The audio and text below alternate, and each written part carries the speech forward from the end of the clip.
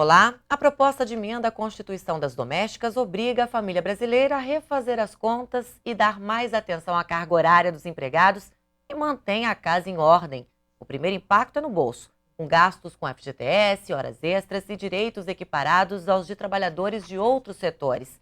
Em seguida, vem a mudança de hábitos e a configuração das casas que tendem cada vez mais a se parecer com os lares europeus e americanos, onde a empregada é escassa e, por isso, há máquinas para fazer quase tudo. É o que vamos discutir com a deputada Inês Pandeló e a juíza do trabalho aposentada Comba Marques Porto. Deputada, essa nova lei, qual a sua opinião em relação a isso? As pessoas têm que se adequar mais à realidade brasileira ou que a mordomia acaba ou realmente os empregados domésticos estão sendo equiparados com trabalhadores rurais e de outros setores e eles merecem esse tratamento também com horas extras e FGTS? Sem dúvida merecem, né? Os empregados domésticos ou empregadas domésticas, porque a grande maioria é de mulheres, estavam aquém de outras categorias. E são trabalhadores, trabalhadoras que devem ter os mesmos direitos, afinal de contas, fazem parte da classe trabalhadora. Então, eu acho que foi um avanço muito necessário e justo, com certeza. Doutora Comba, o que já foi regulamentado por lei? Tem outras ações ainda que estão sendo analisadas. Na verdade, nós tivemos a aprovação da emenda constitucional e a Constituição, como nós sabemos, ela estabelece princípios gerais. Então, o que fez a PEC das domésticas? Proclamou a igualdade, como diz a deputada Inês, entre as trabalhadoras domésticas, os trabalhadores domésticos também, mas nós dizemos as trabalhadoras porque a maioria, são 94%, de mulheres, né? Eles tinham um tratamento jurídico diferenciado. E não é possível, não há nenhum argumento jurídico que justifique essa discriminação. Ocorre que, então, a Constituição já conseguiu, de plano, assim, já desde o dia que foi publicada a emenda, regular o que era possível. Por exemplo, a jornada de trabalho, que é um ponto importantíssimo dessa reforma da legislação, né, dos domésticos. Então, estabelecendo a jornada diária de 8 e máxima semanal de 44.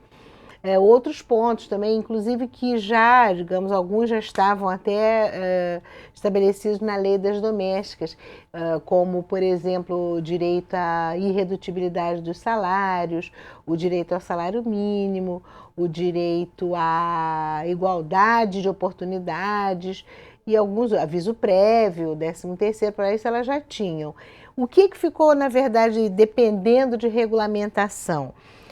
Alguns desses direitos, que estão todos eles previstos lá no artigo 7º da Constituição Federal, que não podiam, por uma questão até de operacionalidade da Caixa Econômica Federal, por exemplo, no que diz respeito ao FGTS, passar a serem exigíveis no dia seguinte, porque a lei é assim, né? Publicou no Diário Oficial, no dia seguinte está funcionando. Ali não podia ser assim, não podia entrar em detalhes na Constituição. Então nós temos questões importantíssimas que ainda dependem de um pronunciamento do Congresso, e no caso já há um trabalho sendo feito nesse sentido no Senado Federal, para tratar de como vai ficar a indenização compensatória pela dispensa sem justa causa, o seguro-desemprego, o FGTS, o trabalho noturno, o salário família, a creche, o direito à creche de 0 a 6 anos, que já está previsto na Constituição desde 88, para todas as crianças, independente da sua origem social, e também o seguro contra acidente de trabalho, que é um ponto interessante também, porque no âmbito doméstico ocorrem muitos acidentes de trabalho. Agora, por que precisa, na verdade, de uma regulamentação específica e não podia aplicar tudo como já se aplica às empresas? Por uma questão muito sutil e delicada. A casa de família não é uma empresa, não é? E o empregador doméstico também não paga as suas empregadas com lucro, como as empresas pagam os seus empregados. Na verdade, ali ocorre uma espécie de transferência de renda, né? Você recebe o seu salário como empregadora, precisa de uma pessoa e contrata pagando do seu salário. É por isso que o legislador, que já fez esse grande avanço de proclamar essa igualdade, era uma frustração da Constituição de 88. Eu participei da Constituinte, não como parlamentar, mas como representante do movimento feminista no Conselho Nacional dos Direitos da Mulher. E nós levamos, deputada talvez lembre, para lá a questão da doméstica também. Sim. A Carta das Mulheres, a Constituinte, que foi levada pelo Conselho Nacional dos Direitos da Mulher, com o aval do movimento feminista, tratava dessa questão das domésticas. Mas nós não tivemos espaço político para mexer nisso. Você vê, e foram precisos ainda muitos anos, vocês vejam, né, muitos anos, de 88, agora estamos em 2013, para que essa igualdade fosse declarada na Constituição. E a gente se pergunta por que tanto tempo, né? Você vê mais de 90% de mulheres na categoria, mais de 60% de mulheres negras, né? Então, a base da sociedade e, no entanto, a mais excluída, né? As mulheres e as mulheres negras, as mais excluídas. Então, ficaram esse tempo todo sem ter esses direitos, embora já na lei, né, tem a questão do salário mínimo, tem a questão da carteira assinada, muitas dessas nem o direito anterior tinham na prática. Essa, aliás, deputada, é uma outra questão com a qual a gente pode se deparar agora, pelo menos num primeiro momento, digamos, é o fato de que e as pessoas ficam um pouco assustadas, né? E aí ficam pensando, mas como é que vai ser? E muita gente cogita do perigo de aumentar o número de informalidade, ou seja, de pessoas, mulheres trabalhando em casas de família sem o registro na carteira. Mas é bom sempre lembrar que para isso existe a Justiça do Trabalho. Eu trabalhei como juíza do trabalho durante 15 anos, agora estou aposentada, e diariamente eu julgava reclamações trabalhistas das empregadas domésticas pedindo declaração de vínculo de emprego, realmente. Então, por exemplo, uma questão que seria interessante que o legislador, aproveitando essa regulamentação, definisse quem é a doméstica, a história de trabalha 2 dias, quem é a diferença entre a empregada contratada e a faxineira diarista. Então, há uma ideia, já uma jurisprudência, inclusive, do Tribunal Superior do Trabalho, entendendo que quem trabalha 2 dias na semana não seria titular do vínculo de emprego, ou seja, com a carteira anotada e com esses direitos todos lá do artigo 7º, seria diarista. Mas isso não está escrito em lei nenhuma.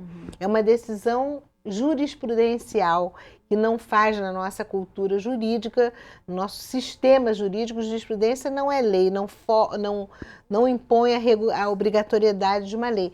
Então seria interessante para que houvesse nesse momento dessa transição para uma democracia mais verdadeira, no caso das domésticas, uma segurança jurídica maior, tanto das empregadas quanto dos empregadores, quanto a quem é quem, entendeu? Então, para você até programar a sua opção. Não, eu não tenho condição, faz a soma lá, a minha renda familiar não permite abarcar tudo isso que agora eu vou ter esses custos todos. Eu vou me organizar para fazer a coisa de modo diferente. Aliás, o movimento feminista originariamente cogitava da possibilidade de acabar com o emprego doméstico, porque ele está calcado, como a deputada já até bem destacou, ele está calcado numa visão da inferioridade da mulher, numa visão equivocada de que as questões da área de serviço, da cozinha, passam pelas mulheres. Toda mulher vive esse drama, de uma certa forma, mesmo que ela seja uma executiva, que ela tenha um bom salário, quem vai lidar com ela é isso. Já pararam para pensar? Porque sempre na carteira de trabalho quem anota é a mulher. Tem marido, tem mulher, tem filho, tem isso na família. E sempre a mulher a patroa, é um encargo da mulher. Sim. Então isso faz um pouco mostra um pouco que essa questão do trabalho doméstico ser especialidade das mulheres, sejam elas executivas ou empregadas domésticas, isso tem que acabar. E o momento é esse, já que existe agora talvez um custo maior para se ter uma empregada, gente, é a hora de convocar os maridos, os filhos, as outras pessoas da família para participarem, para dividirem essas tarefas. Não faz sentido que só a mulher se encarregue disso dentro de um lar. Não é verdade? Nós não somos mais a rainha do lar, nem queremos mais ser. Avental surgiu, não tem nada a ver. Não foi bom. Uma pesquisa revelou que muitos empregadores, e até na televisão, até nas principais revistas brasileiras, nos jornais, estão dizendo que os prós e os contras para poder substituir a empregada doméstica por uma diarista. Só que aí o bolso não vai pesar, porque vai ter uma diarista. Mas em compensação nas tarefas do lar, aquela louça depois do almoço, tirar o prato da mesa, organizar as roupas, tudo isso não vai ter mais essa mordomia. Se colocar no papel, na opinião de vocês, compensa não ter essa mordomia e não gastar tanto? Ou compensa gastar para ter alguém o tempo todo, todos os dias disponível? Depende mais da renda familiar do que compensar ou não compensar, né? Quem tem renda familiar para ter uma empregada 24 horas por dia, cuidando dos seus afazeres, lógico que vai contratar para isso, independente do custo, né? O fato é que tem muitas pessoas que trabalham fora e têm uma renda normal. E aí que é. Vai ter que ter uma pressão para serviços públicos na sociedade. Por exemplo, creche, foi falado aqui. Já é lei há muito tempo. Quantas creches nós temos? Nada. Acaba pesando para a mulher ou uma outra mulher que é contratada, né? É sempre a mulher. Lavanderias coletivas. Onde é que tem? Eu não conheço uma no Brasil, assim, pública. Eu não conheço. Não tem. Pode ter, né? Pode ter. Lugares onde os idosos possam passar o dia, ser cuidados e voltar somente à noite para casa para dormir. Não tem. E a divisão do trabalho doméstico, que a gente luta tanto, e agora, de repente, por conta dessa legislação, vão ser obrigados a dividir melhor o trabalho doméstico. O que não pode é a mulher que é tão sobrecarregada já, com a educação do filho, com os afazeres domésticos e continuar trabalhando em casa, aumentar os seus afazeres, porque nenhum ser humano vai aguentar isso. Vai aguentar, a mulher não vai aguentar. Não, a deputada toca num ponto importante, porque a PEC, de certa forma, nos pega, eu andei fazendo uma reflexão sobre isso e até escrevi um artigo sobre isso, ela nos pega no ponto em que estávamos há 30 anos atrás, quando organizamos o movimento feminista. Eu me lembro que as primeiras abordagens do movimento de mulheres era exatamente no sentido de dizer que é isso, nós não temos infraestrutura nenhuma. Por exemplo, eu acrescentaria ao que a deputada disse a questão dos transportes, por exemplo. A gente tem uma dificuldade de transporte imensa no Rio de Janeiro, estamos aqui no Rio de Janeiro. Então, a mãe que tem um horário de trabalho a cumprir, ela pode botar aí mais ou menos mais umas 2 horas, que é o tempo que ela leva se deslocando do trabalho para casa, de casa para o trabalho, do trabalho para casa. Então, realmente, são aspectos que, das duas, uma, ou eles passarão a ser encarados pelo poder público, no sentido de que políticas públicas de apoio sejam realmente implementadas, e eu acho que as mulheres vão ter que, de alguma forma, tentar pressionar para isso, ou então vai ficar muito complicado, porque gente que tem muito dinheiro sempre vai ter empregado doméstico trabalhando de manhã, de tarde, de noite, isso não será o problema. Pode mudar a lei, pode acrescentar, botar um pouco mais de dinheiro que eles vão pagar, porque não vão fazer isso. Agora, quem é que fica meio imprensado nesse momento? A gente tem que reconhecer, foi uma coisa necessária, ótima, importantíssima para o aprimoramento jurídico do brasileiro, né, do nosso sistema, da nossa democracia, mas quem que fica imprensado nesse momento? A mulher de classe média, às vezes até de classe um pouco mais, que para sair de casa precisa de ter uma que a empregada chegue. A mãe solteira, nós temos um contingente imenso de mulheres que são chefes de família e sozinha respondem pelas famílias, e pelos filhos, e às vezes até por uma tia, pela mãe. E como é que essa pessoa vai trabalhar? Então, tudo isso tem que ser pensado nesse bloco, digamos assim, que vem hoje liderado pela grande reforma da PEC das domésticas. Tá, ok, nós vamos para um breve intervalo e já voltamos com Toda Mulher.